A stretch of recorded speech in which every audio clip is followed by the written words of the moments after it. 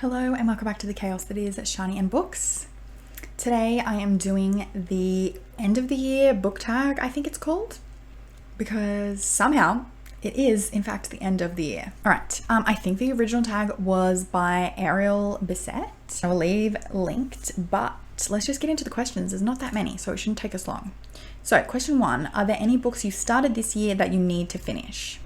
Usually my answer to this would be no, because I generally start books and finish them, or if I start books, I DNF them and that's it.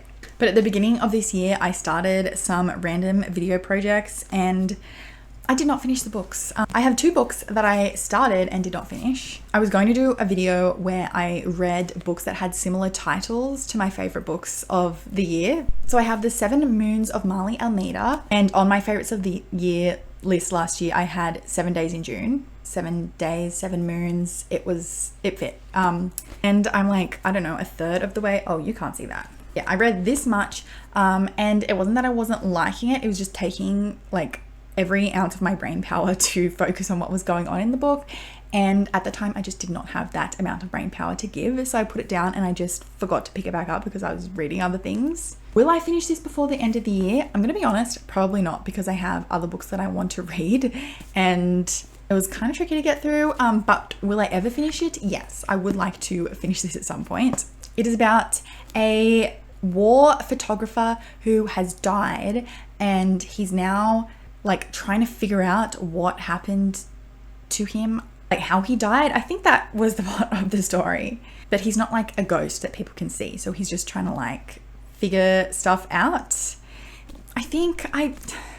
Look, I probably will need to start from the beginning if I read this again, which is unfortunate, but And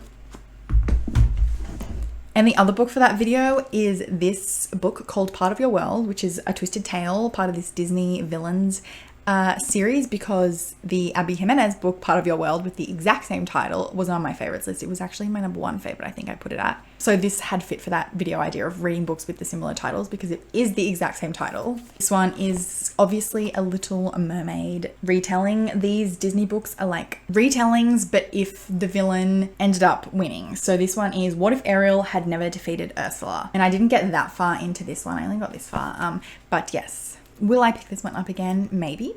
We will see. But I think that's it for books that I need to finish, besides the ones that I'm literally currently reading. Question number 2, do you have an autumnal book to transition into the end of the year? My answer to that is no, because I'm in Australia and we are going into summer. So a book that I might read that I don't even know if it's summer vibes, but I do have an arc for The Catch by Amy Lee. This is part of her like influencer book romance series. And I have read one of the books that I didn't love, but not because of the writing. It was just the character was annoying me. So I do think that I will read the other books in the series. I actually have the first book on my Kindle and I have the arc of the 3rd book. So this one comes out in February. And on the front, she has a dress on. So I don't know if it's in summer, but it's definitely not in winter because it's set in Canada. And it is a romance between a grumpy fisherman, which fishing is an outdoor activity. I know you can do it in winter, but the cover gives me like warmer weather vibes. So I'll probably read that one in December or January. So that I guess is going to be my book for transitioning into the summer months. I'm reading a lot of Christmas books in December and all of them are obviously winter Christmas romances. So if anyone knows of a summer Christmas romance that's actually good, or not even a romance, just a summer Christmas book that's just not somewhere that is snowing, and that would be great because I'm sweating and I'm reading books about the snow and it's just not the Australian Christmas vibes, which is fine, but it might be nice to have one book that is seasonally appropriate for me. Question number 3, is there a new release you're still waiting for? For this year, not really. There is a sequel to a very popular fantasy series that I think comes out in December. I did read the first book and give it 5 stars. I'm not going to name it because it is unfortunately in the US published by a publisher who has been asked about the Islamophobic and racist statements made by an employee publicly, and they haven't said anything about it. They have not like denounced the racism and said they don't support it. And the employee is in charge of providing arcs to readers. And it has been discovered that the employee has not been approving arcs for readers of color and has been approving arcs for white readers. So I am trying to participate in that St. Martin's Press boycott. Again, I spoke about it in my last video. I'll leave links below. I'm obviously not in the US, so it is a bit hard to translate titles over, but we've seen boycotts work for both good and bad during the year this year. So it would be nice if the publisher would say something, because it's really concerning for BIPOC readers and authors. So yeah, if I could talk about that book, I would, but I think that's the only release for the end of the year. What are 3 books you want to read before the end of the year? Okay, great question. Okay, I do have some arcs. I've got my TBR video coming up, so maybe I don't want to spoil those books.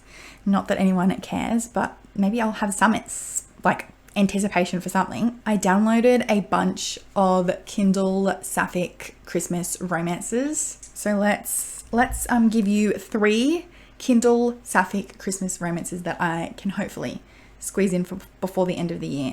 Let's see if I actually do. Okay, so let's see this one. Okay, this one's really short. It is called Checking It Twice by Lucy Bexley. So it looks like the main character is dreading her sister's Christmas Eve wedding, but she's headed to their family cabin in northern Michigan. She's running several hours late and her phone battery died somewhere on the interstate. She braced herself for a lot of diva wedding antics from Alexis. What she wasn't prepared for was to find her sister hired an androgynous wedding planner that she can't get off her mind.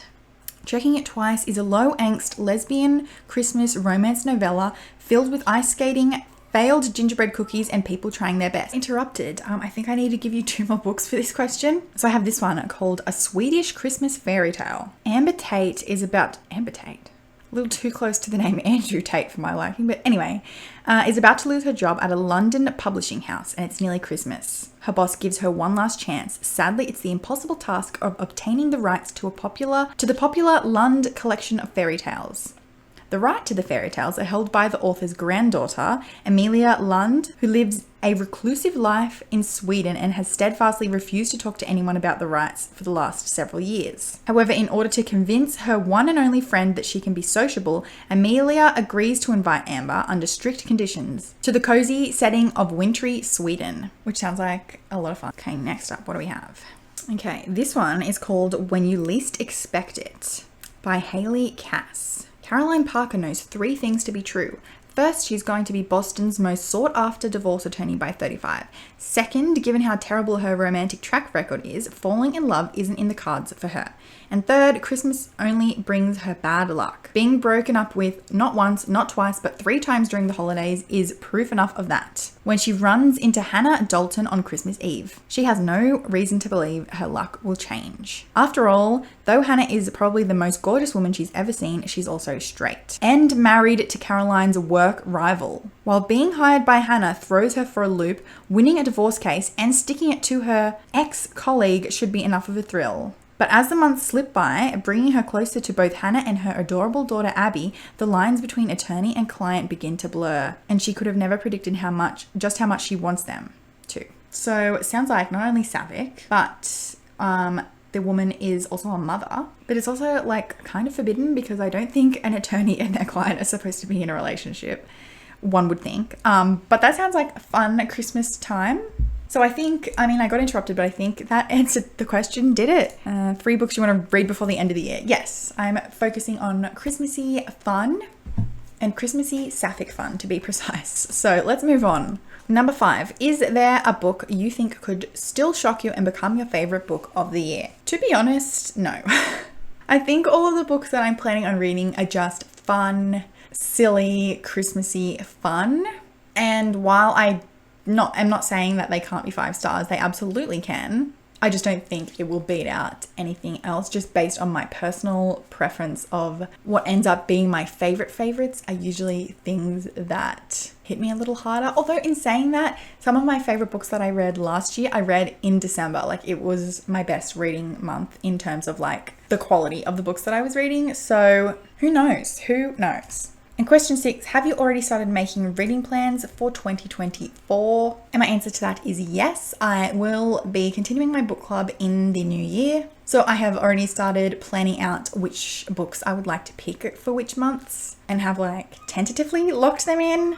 I also will probably do like another reading booktubers favorites at the beginning of next year, just because I've done it a couple times now and it's really fun. And also I always like find new favorite books in those little reading experiments, so that's fun. But I think that's all of the questions, so that's it for this video. Let me know what your reading plans are for the remainder of the year. Are you reading any of the same books as me? Do you have any books that you recommend I read before the end of the year? Any new releases or just books in general? Christmassy or not, sapphic or not? Thank you so much for watching and I will see you next time.